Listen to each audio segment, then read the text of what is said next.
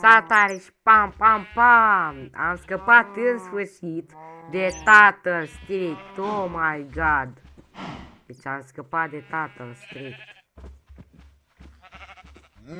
Efectiv, nu pot să cred. Deci mă durea cap de la el. Ați văzut ce mi-a făcut. Și vreau, am scăpat în sfârșit de el. Salut, Nenea. Bine. Cum a fost tot atât? Mi-am luat bătaie, asta a fost. Ce ți-a făcut? M-a bătut, mi-a făcut cu rumov. Aie. Uite. Băleu, ce ți-a făcut? Da, știu. Bă, am auzit țipătul tău de la munte. Păi, bă, n-ai văzut cu... Bă, ăla, tu știi ce-ți făcea? Îți strica casa. E nebun ăla. Crede-mă, e nebun. Nu. Acum ce vrei să facem? Trebuie să destrictăm. Pe mine? Sau pe el? Nu, pe el. A, pe el. E, dă-l încolo, așa, nu să mai vin, nu? Mâine să vină mama strictă. Dacă îmi face la fel. A, da, Nu, uite ce mama... am primit de la el. Mama strictă e ok. Plăcintă strictă. Da, ok. mi-a dat să mănânc. Și mama strictă vezi că e ok. Mai ok decât ea. Decât el. Bine. Ce faci? Păi...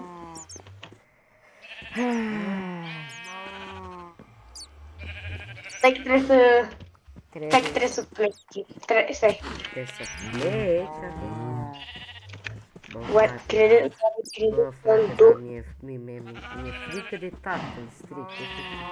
Mi-a dat o mamă de bătaie. Mamă. Hai să mai hrănesc animale. Bă, oare o să trimit undeva într-o excursie la munte? Bam. Da, bă, gata. Ok. Doar de mutare la animale.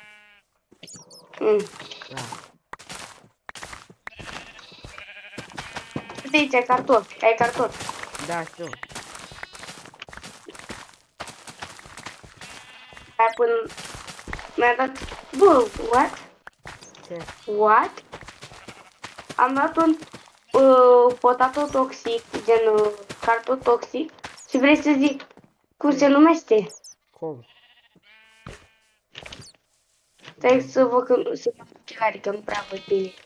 Bine, bă. Stai să-i caut.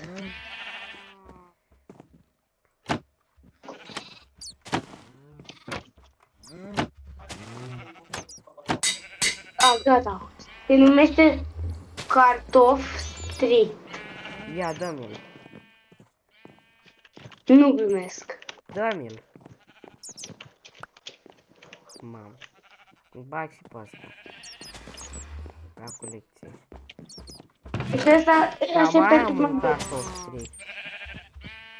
Asta e pentru la tine, în magazin. Ok. Ne prezint. L-ai plantat înapoi? Da, normal. Da, bine. Păi și ce vrei să facem? Azi doar am vrut să te întreb ce ai făcut cu tatăl strict. Ce-am făcut cu el? Și m-am gândit dacă vrei să mergem într-o excursie la munte. Noi doi? Da.